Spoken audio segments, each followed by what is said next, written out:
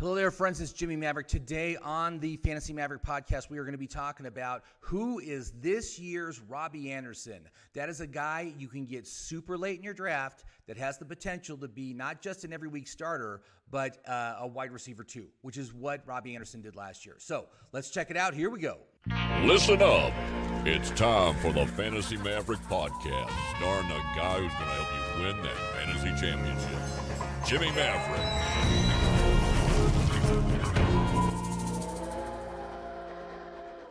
Hello there, friends. It's Jimmy Maverick. Welcome to another edition of the Fantasy Maverick podcast, coming at you from Santa Fe, New Mexico.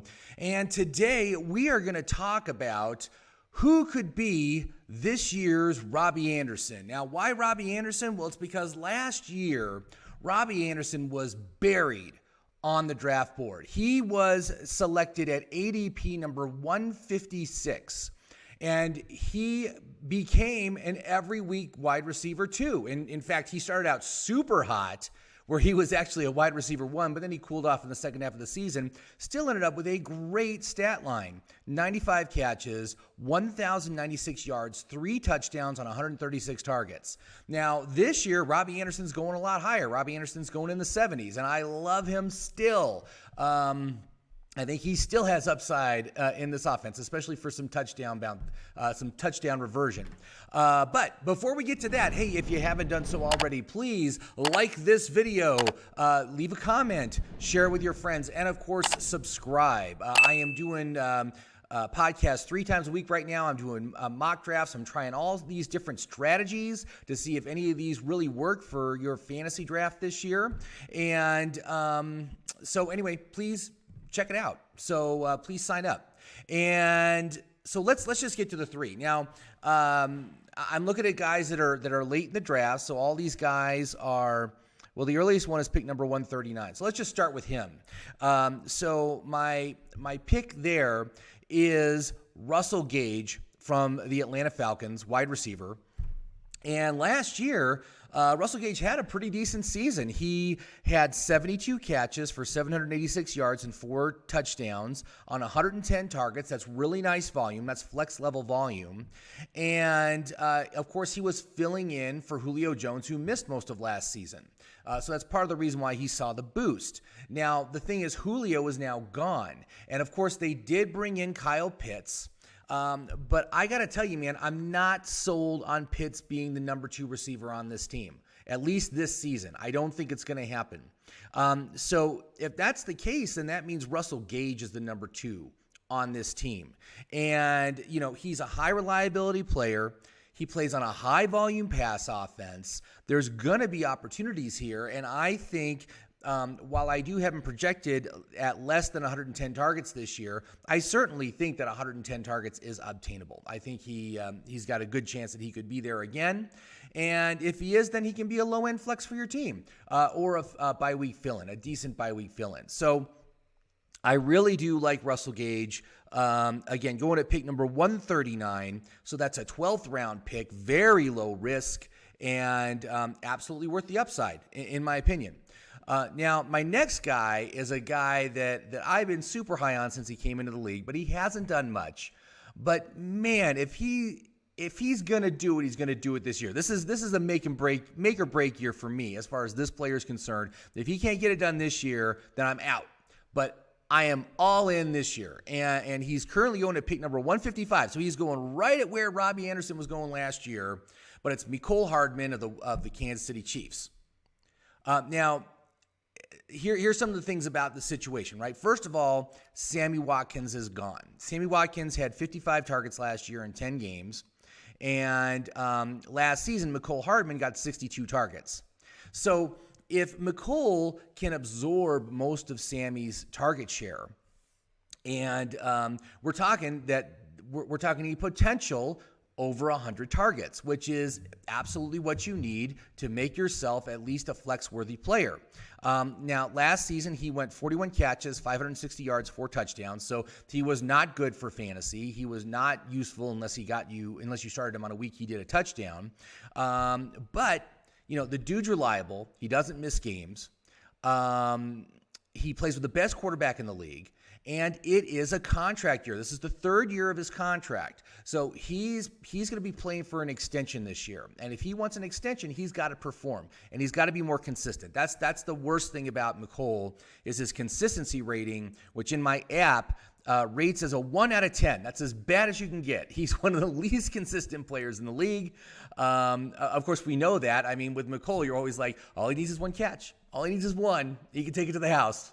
But you know, the big thing here is, can Kansas City, one of the best offenses in the NFL, make a third receiver fantasy relevant? And yes, we're going to find out. But, you know, again, such a low risk. I mean, come on, 155, that is actually a beginning of the 14th round. So you're going to take him in the 13th or 14th round when there's mostly garbage players. Why not take a chance on McCole Hardman? I think the upside is there, and I think that, you know, he's absolutely worth taking in the draft just because of this the low risk nature of taking him. Now the third guy is actually the guy that I'm super high on right now. I'm getting more excited about his potential as we get on. Now he is currently going at pick number 182, but it's Gabriel Davis, a wide receiver for the Buffalo Bills. Now last season he had a line of he only had 62 targets, right? So it's about the same as McCole got. But with those 62 targets, he got 35 catches for 599 yards and 7 touchdowns. That's 17.1 yards per catch. Now, as a comparison, A.J. Brown, who's the king of the low volume, high efficiency players right now, only got 15.35 yards per catch. DK Metcalf, another guy, 15.69 yards per catch. This guy beat them by 1.5 yards, okay? And so all you got to see here is just a little bit more volume, and this guy's going to be fantastic. He is going to be great for your fantasy team. He is a high reliability player. He played every game last year. He gets a 10 out of 10 on consistency, which is just the diametric opposite of McCole Hardman. Now, admittedly, this is on very, very low volume, but he was involved every week in the offense. So that's good to see. Now, the other reason why I really like him, and I actually have him tagged as a breakout in my app, is, you know, currently, right now on the depth chart, he is behind Cole Beasley and Emmanuel Sanders. They brought in Emmanuel Sanders, so he's fourth on the depth chart. But there are rumors this week that says that Beasley is a cut candidate. And for two main reasons. First of all, he has a pretty expensive contract. I think it's like $7 or $8 million a year. And he is also, they've got to extend Josh Allen's contract this year. So they're going to need to make some cap space to make that happen. Given it how well Gabriel Davis played on his limited usage last year, I can see them saying, we don't need Cole Beasley. And so, you know, if they cut Cole Beasley, I think Gabriel Davis becomes the number 2 receiver on this team. And I think, again, sky's the limit. With the kind of efficiency that this guy gets, this guy could be another A.J. Brown. Okay, so you can't ignore that. And so that makes me super excited. So Gabriel Davis, currently going at pick number 182. This is a last pick player. You do not need to reach for this guy. He is zero risk. I'm going to get this guy in every draft I can get just for this upside. And I think it's going to happen for him. I think this is a star in the making. This is a second-year breakout.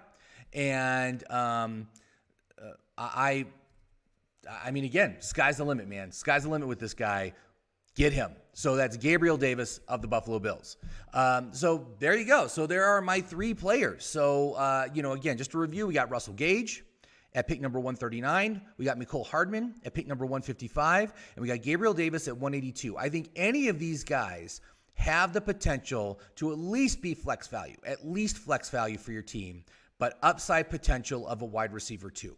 And when you're talking this late in the draft, with the risk level associated with taking players at this point in the draft, it's no risk. These are no risk plays, and you get these guys on your team, no problem, and watch them help your team to a fantasy championship. So anyway, thank you very much for watching. I do appreciate it. And if you have any questions about these players, or if you want to talk about any other players, leave a comment down below. I'm happy to talk with you about it. And otherwise, I will be back on Friday doing another best ball draft. We'll see how it goes. And everybody, have yourself a great fantasy day. See you later.